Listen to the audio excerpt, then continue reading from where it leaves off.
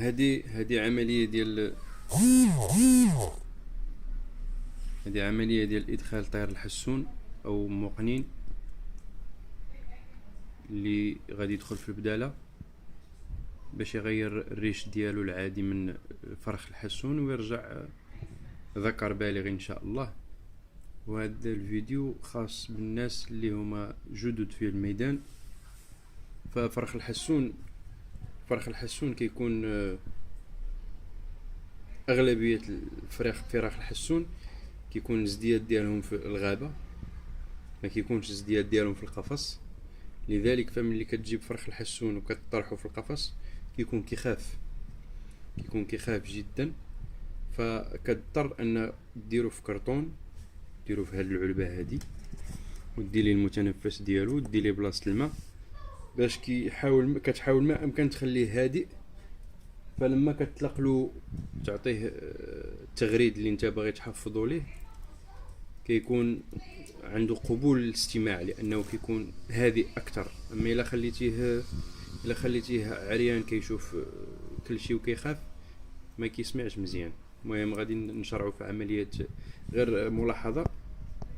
خاص فرخ الحسون يفوت في القفص اللي غادي يدخل فيه الكرتون على الاقل يفوت فيه تقريبا اسبوع او 10 ايام حتى يحفظ مكان الاكل ومكان الشرب. ولما تدخلوا الكرتونه ما تبدلش ليه مكان الاكل ومكان الشرب، يبقوا في نفس المكان. والان غادي نشرعوا ان شاء الله في اعداد هاد العلبه هذه اللي غادي يدخل فيها، وغيبقى ان شاء الله ريثما يبدل الريش ديالو يعود ذكر.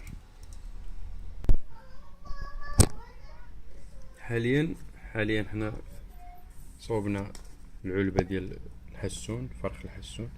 هذه بلاصه الاكل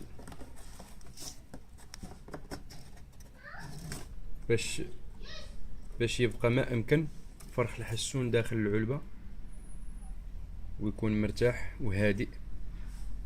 كتبقى تجبد ليه تغير ليه الاكل من هنا، ومكان الماء يكون هنا. يعني في عوض تبقى تستخرج قفص الحسون كله من العلبه. كل مره تبغي تبدل الماكله والماء من الاحسن كيتسد عليه هو. وغادي نكملوا العمليه ان شاء الله. دونك هادو قلنا مكان ديال الماء، بغيت دير وحده بغيت دير جوج، وهذا مكان ديال الاكل. وفرخ الحسون كيكون لداخل العلبه. غادي نكملوا ان شاء الله العمليه كامله حق بعد.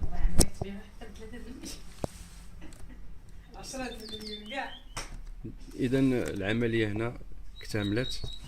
هذا الطائر عنده الماء اللي يشرب، عنده الاكل ديالو. هنا كتخلي ليه فتحه ديال التهويه باش كيبقى يتهوى منها ويتنفس منها. وفي نفس الوقت كتخلي هاد الاماكن هذه كامله مسدوده باش ما يبقاش يشوف الضوء، ويكون ما امكن ساكن في المكان ديالو باش يستمع لداكشي اللي كتعطيه في التغريد.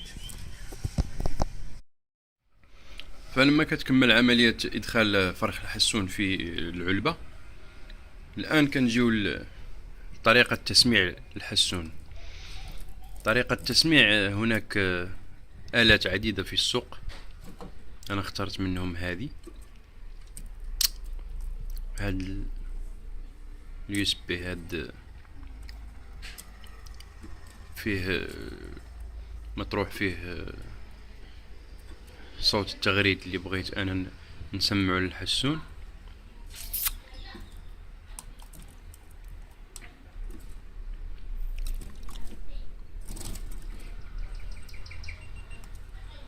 اذا هو خدم حاليا. المهم هو ان طريقة التسميع تكون بصوت منخفض جدا لدرجة أن الحسون يسمع. لأن الطيور سبحان الله حاسة السمع عندها تفوق حاسة سمع الإنسان. فنحاول ما أمكن نديرو أضعف صوت، يكون الصوت ضعيف جدا ليستمع له الحسون بطريقة جيدة. إياكم إعطاء الحسون صوت مرتفع، يكون الصوت منخفض جدا وتوضع بقربه. طريقة التسميع يعني ممكن تعطيه ساعتين في الصباح، ساعتين في وسط النهار، وساعتين في المساء قبل غروب الشمس أو بعد غروب الشمس بقليل. يعني 6 ساعات في اليوم، ساعتين في الصباح، ساعتين في وسط النهار، وساعتين في الليل إن شاء الله، وبالتوفيق للكل إن شاء الله.